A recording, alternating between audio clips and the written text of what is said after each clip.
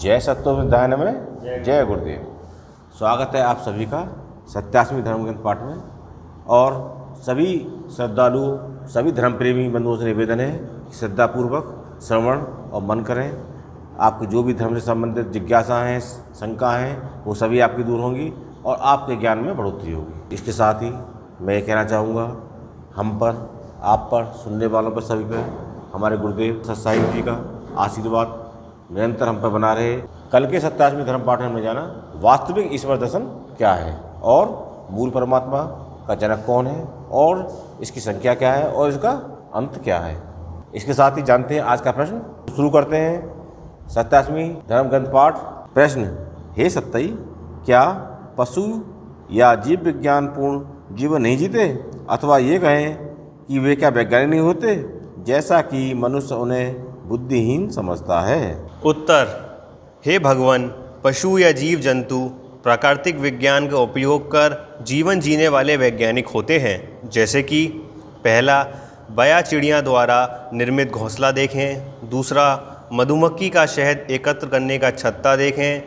तीसरा, ततैया का छत्ता देखें। चौथा, बर्र मक्खी का अपने मिट्टी का छोटा घर बनाकर उसमें मृत मकड़ी को अपने आगामी बच्चे के लिए भोजन देकर जाती है। पांचवा, मकड़ी का क्रमबद्ध इस्पात से भी सुदृढ़ जाल बनाकर रहना देखें।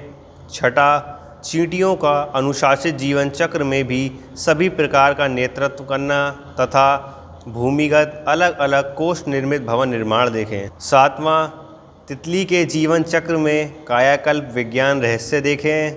आठवां, रेशम के कीड़े का जीवन चक्र देखें। नौवां, सर्प का कांचुली उतारकर नया कायाकल्प करने का विज्ञान देखें।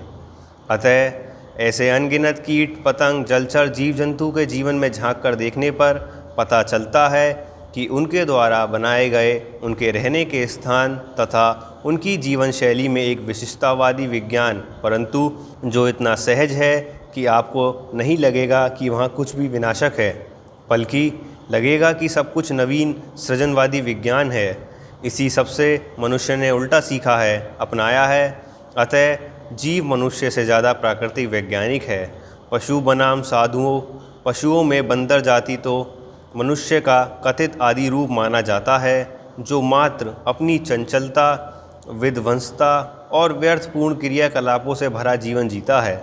उसका ना स्वनिर्मित घर है और ना भोजन एकत्र करना आदि गुण है।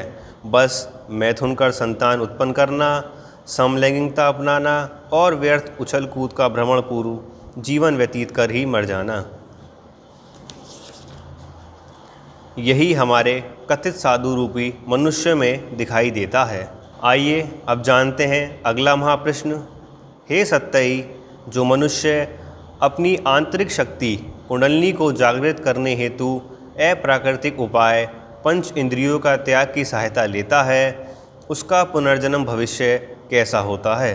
आइए जानते हैं इस महाप्रश्न का महाउत्तर। हे भगवान, मनुष्य वही है जो अपनी समस्त इंद्रियों का संतुलित उपयोग कर आत्म साधना करे, जो अति सहज है। और जो मनुष्य अपने पंच इंद्रिय अंगों का अप्राकृतिक रूप से उपयोग करता है, उसका पुनर्जन्म इस प्रकार के दोषों से युक्त होकर प्राप्त होता है। अब वो चाहे कथित सिद्ध हो अथवा सामान्य साधक मनुष्य हो। अब जानते हैं पंचेंद्रियों के बारे में। आंखें बंद रखना पंचेंद्रिय, मनोजगत की प्राप्ति ये साधन सिद्धि है। अंधा नेत्रहीनता की प्राप्ति यह पुनर्जन्म परिणाम उसका मिलता है।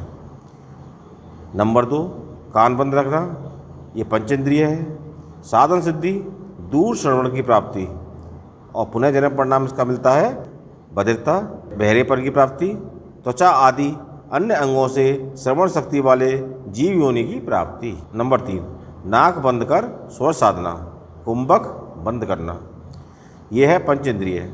और इसकी जो साधन सिद्धि होती है वो होती है ज्योति दर्शन, चिताकाश में स्थिति, दृष्टा होना।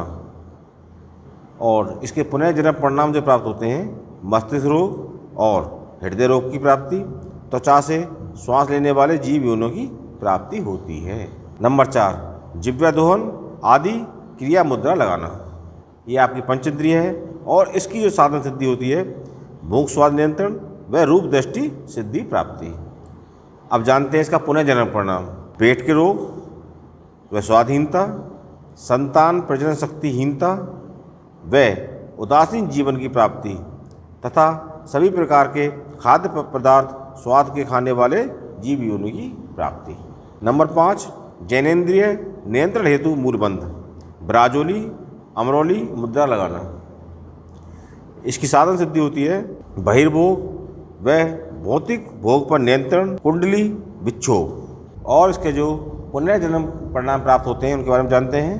नपुंसकतावादी जीवन व दर्शन की प्राप्ति, इंगला पिंगला नाड़ी असंतुलन से अर्ध नर नारी जीवन की प्राप्ति होना, जो एक ही बार भोग कर मृत्यु प्राप्त करने वाले क्षणभंगुर जीव योनि का मुख्य रानी जीव की सेवा करने वाले जीव की प्राप्ति होती है।